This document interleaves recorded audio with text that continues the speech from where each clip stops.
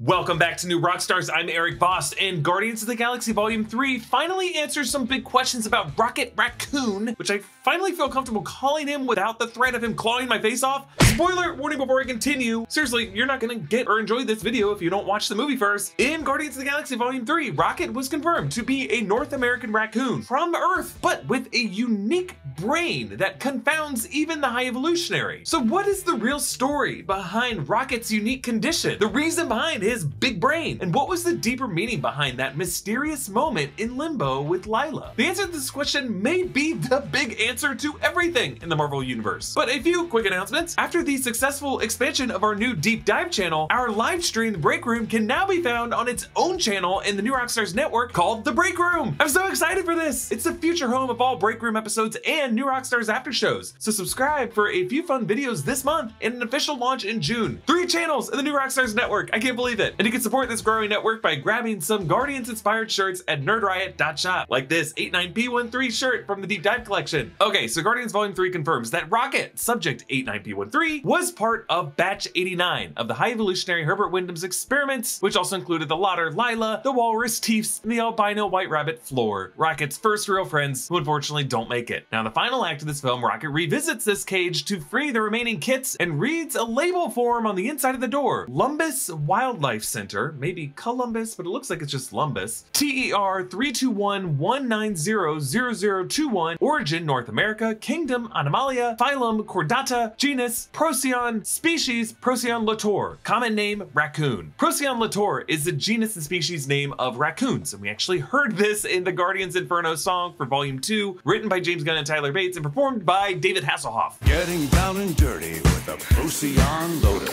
So this form, judging from the fact that it looks old and it looks like it's the same kind of cage that Rocket was in before, would suggest to us that Rocket came from Earth, from North America. Herbert Wyndham earlier told Peter Quill that he had visited Earth in the past. You must find Counter-Earth familiar. Counter-Earth? I visited your planet many years ago. Earth hasn't been my planet in a long time. Wyndham created Counter-Earth in the image of the Earth that he had last visited, so presumably this was in the 1980s, which might be when he got all those raccoons that included the one that became Rocket. Now, the average lifespan of a raccoon in the wild is 5 years, but with abundant food and shelter, they can live past a decade up to 20 years. Rocket was given various cybernetic enhancements that likely expanded his lifespan to something closer to that of a human. Remember, his booking screen in the first film listed a genetically augmented cerebral cortex. Genetically, meaning his DNA was coded that way before his birth from an embryonic stage. Genetic doesn't mean all the cybernetic implants that Wyndham and his scientists gave Rocket when he was a kit. So if Rocket was a kit taken from a wildlife center in North America, when did that genetic experimentation take place? What divine intervention intervened with this thing from before its birth, the moment of conception? Well, this gets at the key detail about Rocket in this film. The fact that, unlike all of Wyndham's other experiments, only Rocket has a brain capable of true invention. Wyndham showed Rocket his evolution chamber, which, by the way, I believe is at least inspired by the Terrigen Mist of Marvel Comics, which creates Inhumans, but I don't think this is exactly that. When that Teenage Mutant Ninja Turtle wannabe turns violent due to these test subjects producing beta-microseminoprotein, only Rocket is able to determine why. It's caused by a faulty filter in that mist chamber, and this completely unnerves Wyndham into thinking he missed something about Rocket's brain. Wyndham later tells his recorder that his genetically perfect children are only capable of rote memorization, but in hundreds of years of my creations, only one has known true invention. And goes on to say, a populace unable to think what hasn't yet been thought will die on the vine. Basically, Herbert Wyndham is saying the ability to think critically, to solve problems, to create is the one Darwinian trait that allows societies to evolve. James Gunn's basically calling out all creators out there. Stop just doing what's already been done. Create something new. It also poses a sad future for all the kids in cages on Wyndham's ship. They really need Papa Drax to look after them because these kids are dumb. I mean, Herbert Wyndham's words, not mine. Anyway, that OrgoCorp welcome video said that Wyndham has been at this for over 300 years. So why did he fail in all the other instances than Rocket at inspiring this true creativity? The closest thing this film gives us to an answer was hinted at by Lila's ghostly form when Rocket was in this limbo realm, nearly dead. Lila says Rocket has to stay in the living realm, saying, "You still have a purpose here." Rocket says, "A purpose for what? They made us for nothing. Stupid experiments to be thrown away." But Lila corrects him, saying the most important line of this movie: "There are the hands that make us, and then there there are the hands that guide the hands. My beloved Raccoon, the story has been yours all along, you just didn't know it. Geology is a 19-time award-winning skin, hair, and body care company recognized in Men's Health, Oprah Daily, Hypebeast, Birdie, Esquire, and GQ. Their products are built around just a handful of powerful, proven ingredients that have been trusted by dermatologists for decades. Just take a quick 30-second diagnostic quiz, and Geology will create a simple and effective skincare or hair care routine customized just for you. Geology's co-wash and their deodorant are just so great, and I use them all the time. But right now, they're offering a special offer for a skincare sampler pack, and Geology skincare stuff is in a league of its own. Geology's line of skincare products can help you fight acne, reduce oiliness, prevent wrinkles, combat dark or puffy under eyes, have smoother, hydrated skin, and target signs of aging. There's never been a better time to try Geology than right now. For a limited time, use code Rockstars100 to get 100% off your personalized 30-day skincare sampler set. All you have to cover is the $4.95 for shipping. What a deal! On top of that, new Rockstars fans get an exclusive bonus offer of up to 50% off on an additional skin, hair, and body product of your choice when you add it to your trial. Click the link in the description or go to geolog.ie/Rockstars100 to get started. It took me 3 viewings to figure out what Lila meant by the hands that guide the hands, because my mind kept going to that hot pottery scene in Ghost. Peter does reference Swayze in this movie, and Lila is essentially Rocket's Swayze from Ghost in this scene. This being Rocket's story all along gets to what James Gunn's been saying about this movie. So the Guardians of the Galaxy trilogy has been the story of the secret protagonist Rocket, and the hands that guide the hands refer to a higher power, a cosmic force in the MCU mythology that blessed Rocket from the moment of his conception with a unique genetic condition, one that he exhibited at birth that made him uniquely intelligent, uniquely brave, and uniquely capable of problem solving more than any other one of Wyndham's experiments. Wyndham, for better or worse, mostly worse, built on those genetic blessings to complete Rocket with a reshaped skull, a new backbone to make him bipedal, an opposable thumb so he could do math equations on a blackboard, and of course engineer all these wonderful things so that Rocket could reach his full potential. But Wyndham didn't do all of it. There was a higher power before Wyndham ever got there, a creator who selected Rocket for this greater purpose. It was that condition that caused Rocket to step forward as a kit in that cage when Wyndham reached out his hand while all the other kits cowered to the back of the cage. Something made Rocket brave in that moment. Before Wyndham ever touched him, Rocket was forged to be a hero. We can actually compare Rocket and the High Evolutionary to Peter Quill and Ego. Ego had created countless offspring, but only one of them, Peter Quill, with a special genetic condition inherited from Meredith Quill and her father Jason, made Peter sturdy enough to carry Ego's celestial gene. And for Rocket, it was these hands that guide the hands that made his brain special enough so that after Wyndham operated on him, he could become the MCU's cleverest and quickest engineer. So who are the hands that guide the hands? The mind goes to the metaphor of a puppeteer, and the MCU has given us a lot of those lately. Celestials who create planets and beings who live on them in this cosmic reproduction cycle, Kang who manipulates timelines in the multiverse, Kevin who crafts and edits storylines according to a corporate algorithm, the selfish gods of Omnipotent City who spend all their time in orgies, and then there's Eternity, a cosmic entity beyond this realm of existence who may or may not have turned into Chris Hemsworth's daughter. If we want to attribute this special genetic condition to a mutation, then this one force that links Meredith Quill to the hands that guide the hands of Rocket's origin could be the Phoenix Force, one of the oldest known cosmic entities in Marvel lore, considered the guardian of creation and the genesis of mutant kind, perhaps an aberration to the Celestials' plan of biodiversity. But based on everything James Gunn has done with these movies, I think from his perspective, this higher power is a force of good. I don't think he's gonna want to say that Kang is the author of all of our pain, and I don't think the answer is Mephisto, like in most other cases, yes, but not in this one, no. Mephisto would be the cosmic source of all of our grief, and there must be an opposing force to that. In Christian theology, that would just be what God is, but I think the MCU is gonna give it a more abstract form, and I think we're talking about a force that'll just be defined as either Mistress Love or simply love, or the one above all. There's also the entity of Gaia, an elder god that I believe has been pitched to James Gunn in the past, but he has shot down that theory. Perhaps someone who has pre-selected a specific lineup of champions that include Rocket for an upcoming Secret Wars conflict to save the multiverse. We'll see, but the hands that guide the hands sounds exactly what Peter witnessed when he saw his mother as he held an Infinity Stone. And it sounds like Thanos seeing young Gamora in the Soul Stone. And it sounds like when Shuri finally saw Ramonda in the Ancestral Plane while fighting Namor. I think it's the same heart power that Yondu and Kraglin have to access to command the Yaka Arrow. It's anytime any of these characters' lives have intersected with the force of love. In a tangible form, maybe it's that hand realm that Doctor Strange briefly passed through in the 2016 Doctor Strange film. Whatever these hands that guide the hands are, I believe there is a reason they punished the High Evolutionary for playing God in this movie with what? The literal skull of a dead god. And I honestly think for now, there's nothing wrong with calling this abstract force the hands that guide the hands. Really, because I never want Unchained Melody out of my head. bad. Reminder to subscribe to our new channel, The Deep Dive, and our new channel, The Break Room. And you can support us by grabbing some merch at nerdriot.shop. You can follow me on Instagram and Twitter at Erik Voss. Follow New Rockstars and subscribe to New Rockstars for more analysis of everything you love. Thanks for watching. Bye.